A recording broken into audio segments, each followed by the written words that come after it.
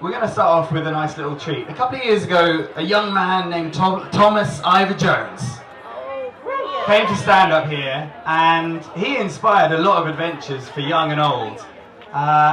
He's got quite an adventurous family, as it turns out. They're really good dancers too. Pretty good dancers. I think we need a little request for a break dance at some point, maybe right at the beginning. So without further ado, let's invite up the Jones family. Tom, Katie, Ruth and Rhoda.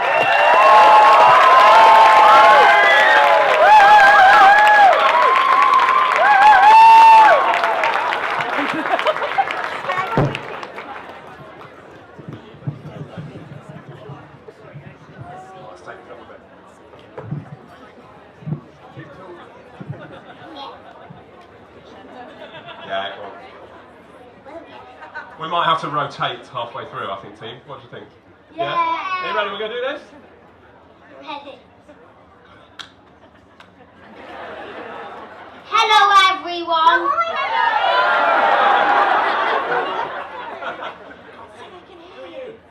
Hello. We're the family ByCycle. I'm Rhoda. Hello, Rhoda. I'm 4 years old. I'm the youngest child to ride from Land's End to John O'Groats.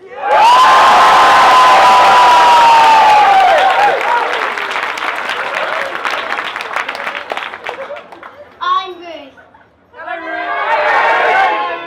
I'm five, and I hold the record for the fastest person to ride from Land's End to John O'Groats on a trailer bike.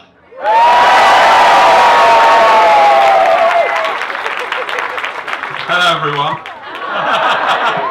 We're Tom and Katie, and we're not quite as crazy as we first thought we might be.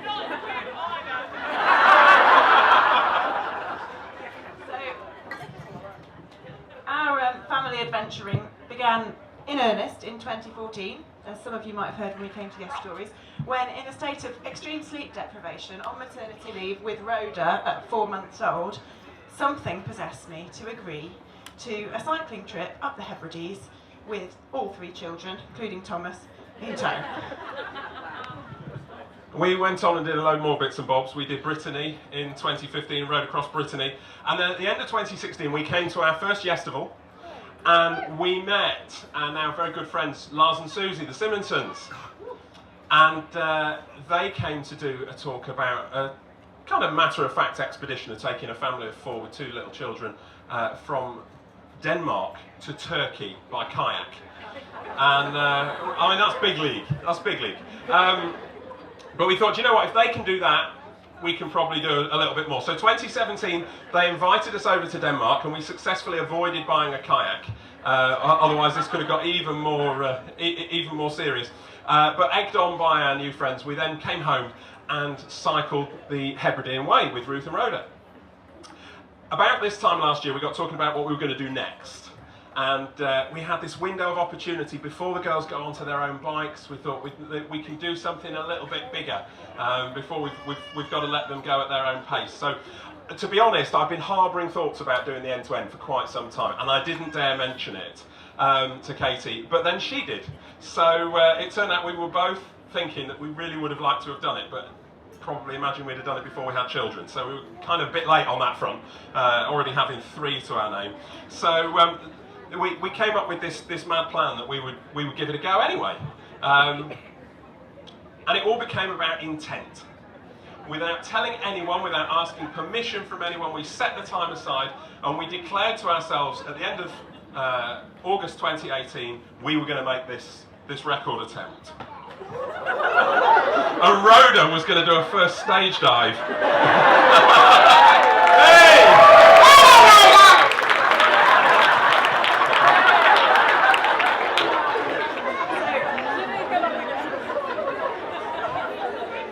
Okay, Rhoda. Everyone with children. Are you okay, Rhoda? Yeah. Good, right, we'll move on then.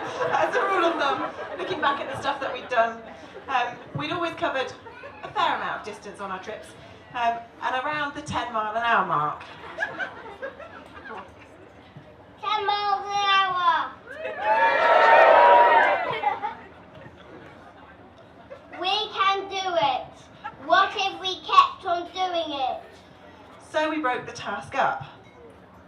874 miles. Maybe we thought we ought to allow a bit extra to find the best route for us, because we didn't want to be climbing every single hill in between Devon and Scotland. 10 miles an hour!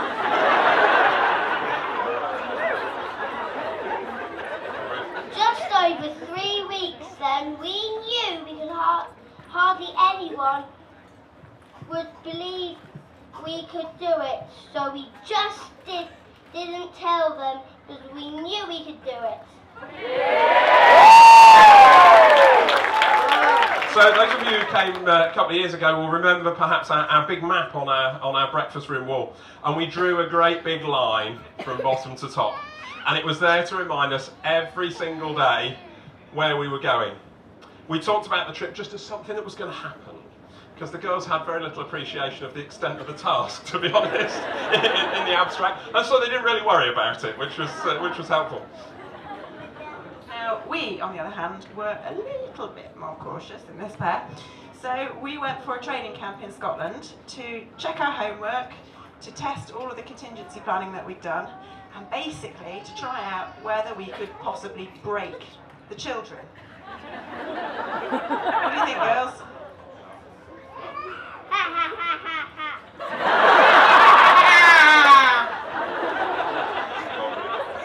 That's all right, you can talk. Go on. One day, Go back to the other mic. Go to the other mic. I'm doing. You heard that one. One day, we did over 60 miles and climbed over 4,000 feet.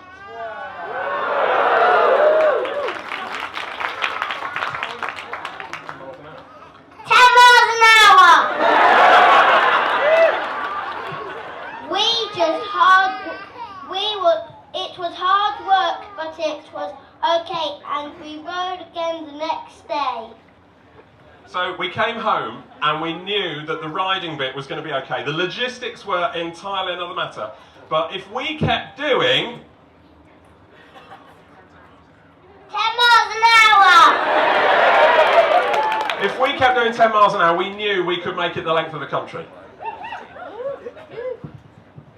Lots of unexpected things happened while we were getting ready, including Tom getting a job. Woo!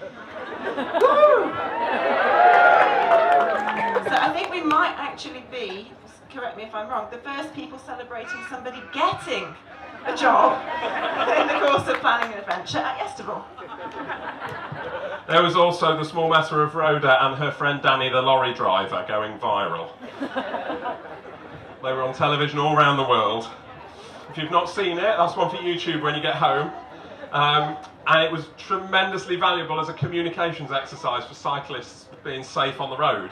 But it took up a lot of time, and we stumbled into the spotlight just as we were trying to keep our plans quiet.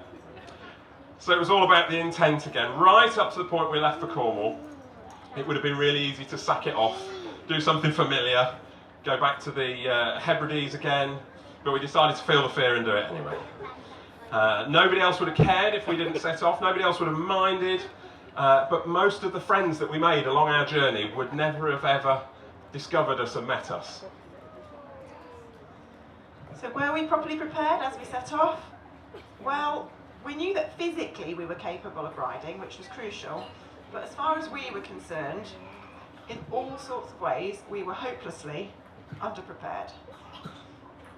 We could have cut the challenge back at that point. We could have made the great the enemy of the good and made excuses, but ultimately it turned out that literally everything we needed we either already had or we could find along the way. Mummy was so excited to set off that she had to go for a long way. Thanks for that, Ruth. The story of 910 miles on the road with two small children and a calamitous driver in our car at 10 miles an hour! That's it. It's a longer story than we can tell in full tonight. There will be a book eventually, and a film. I'm lobbying for Tom Hanks. In the meantime, though, if you want to know what our country looks like at the speed of a bicycle, go and do it yourself, to be honest. With or without children, as the mood takes you. If you're taking children, please get the permission of the bill payer. And if you are a parent, you probably ought to take them. If you don't want to find them watching Paw Patrol and eating dog biscuits from the shredded remains of your settee when you get home. Parents know. We loaded the car after the hottest summer in years, which had left us really worried about our ability to keep the girls hydrated on the road, and we set off from Land's End in the piddling rain and the wind. We did so well at keeping our journey a secret that a caravan nearly knocked Katie off her bike in Cornwall, and we did our first TV interview by the time we got to Devon. Then someone on Facebook accused us for bothering their horse near Bristol. They said it was our fault for riding on the road and making the lorry slow down. Some people honk their horns at us.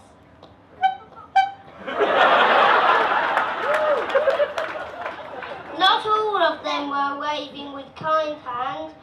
I learned some new words like... Thank you, Ruth. We won't share those tonight. Every morning we ask the girls, just like Anna from Frozen, do you want to have a bike ride? And they never said no, in fairness, or any of the words they learnt off the Angry Drivers. So we kept going. Rhoda,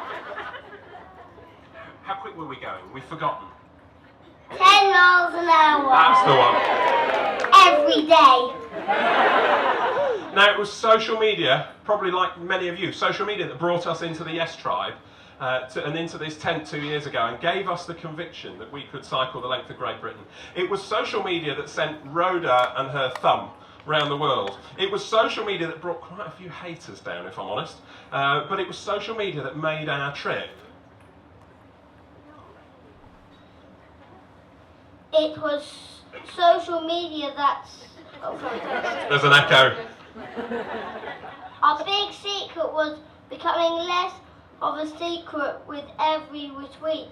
People started to try and guess where we were going. Opening ourselves up to the wider world did make us slightly more vulnerable than we would otherwise have been. It meant that people were able to take a shot at knocking our confidence and to take the opportunity to use the social media platforms to spout their own prejudices on occasions and somehow make themselves feel better about life by being critical and at times downright rude.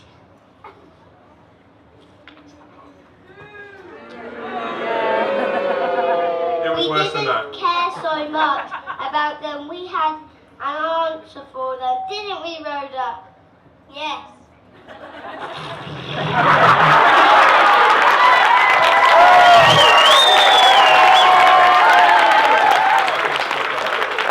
But even though Mummy got quite annoyed with Daddy playing with his phone all the time, social media found us loads and loads of friends. Yeah, let's hear it for social media. Faye Shepherd came out to meet us on the road, who cycled the Andes with chocolate.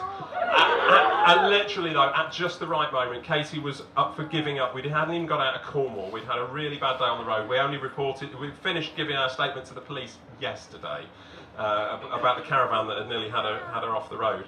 And she was on the verge of giving up. And within 5 minutes, Faye Shepherd turns up at the roadside with 2 Boost bars.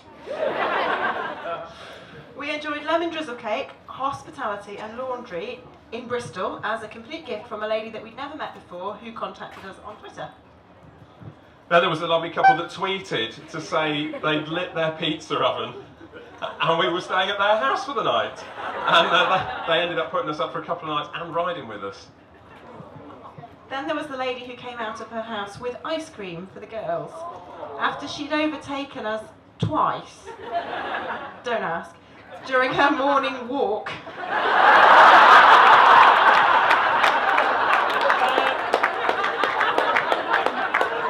There was a campsite owner who would not take payment for our stay. Frankly, we could have done with a few more nights like that. But, There was the restaurant manager who sent us on our way with fudge for the girls. and the family who'd recommended the restaurant, who mugged us at the roadside to offer us their kitchen to cook our dinner in. There was the lady outside Lidl who gave Ruth a handful of coins that she went off and spent on ice cream on our last day. No, that was me. Yeah, that was me. Who writes your lines? And Jed, where's Jed? Jed McFall, where are you? Here. Yes, Tribe Star Baker. Jed McFall appeared at the roadside randomly near Carlisle with a friendly face and tubes of Smarties. Fair play. To keep us going. So by the time we got to the north of Scotland, there literally were random people that we had never met before stopping us at the roadside just to say hello. Some of them came to wish us luck, some of them came and invited us into their homes, they fed us, they washed our clothes, they helped us fix our bikes. It wasn't all easy though. There was the day we spent what felt like most of the day at Abington Services on the M74. I hasten to add we didn't ride up the M74. Hiding from the peculiar Scottish weather phenomenon of ninja showers. Or that time we spent cowering under a railway bridge for shelter because we were completely soaked to the skin and our support car was nowhere to be found and had all of our waterproofs in it. There was the day Katie spent feeling sick. All day. It was quite sad. And then there was the day that we got to the tent to find it so wet that we were literally mopping puddles out of the bottom of it before we could go to bed. And then there was our second encounter with the police, this time in Inverness.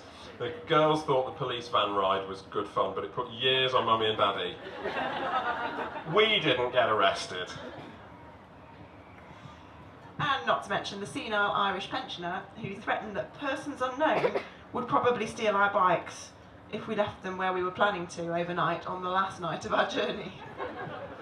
So by the time we got to John O'Groats, there were people living vicariously through our journey. It had become sort of a tiny part of their daily lives, and getting there, frankly, was just the natural, the cumulative result of so many little things. Innumerable unexpected kindnesses from strangers, about 80 bowls of porridge, several kilograms of pasta, a dozen bags of jelly babies, 2 nights in Premier Inns, one involving a nice relaxing poo, as Ruth told her. We said, what are you looking forward to when we splash out on a hotel tonight, Ruth? She said, I'm looking forward to a nice relaxing poo. There was also the time we gate crashed an Alice in Wonderland themed wedding reception in a village hall in Herefordshire with Anna McNuff. And greater shine. So our 910 miles, a journey which when we set about thinking it through in the first place seemed enormous, when we looked at it in whole, was built in total in 23 hours, 23 days, no, 23 hours, we weren't that rapid. 23 days, 3 hours and a few minutes, just by doing 10 miles an hour.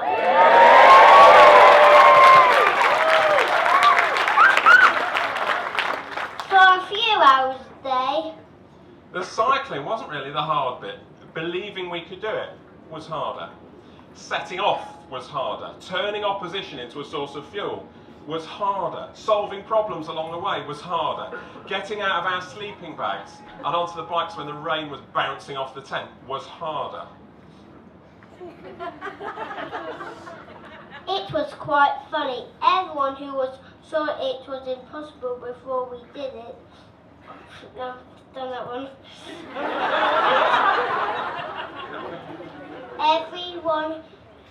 Everyone who saw it was impossible before we did it always knew we'd do it when they spoke to us afterwards. So coming to Yestival 2 years ago made us believe that we could do something audacious, something big, something memorable, and even maybe something newsworthy. And we did it.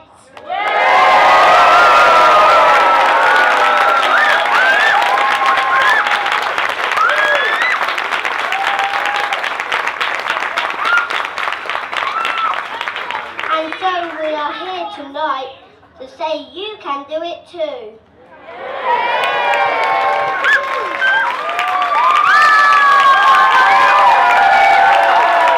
So test your ideas. Commit to them. Stick your map on the wall. Book your travel. Book the first night. Make the gap in your diary into the most important appointment that you have right now, and keep it that way.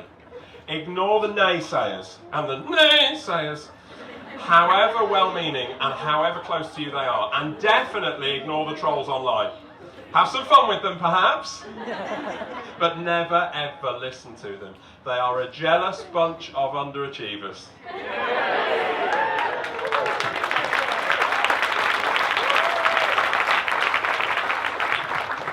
So, because Yestival is a special place for us where we set off on this journey, we thought we would save a world exclusive announcement about our journey for you guys tonight. It was not on Twitter, it was not on Facebook, and we haven't really told all that many people about this at all. And that is that these sorts of journeys are also possible when you discover on the morning that you're setting off that you're expecting a baby.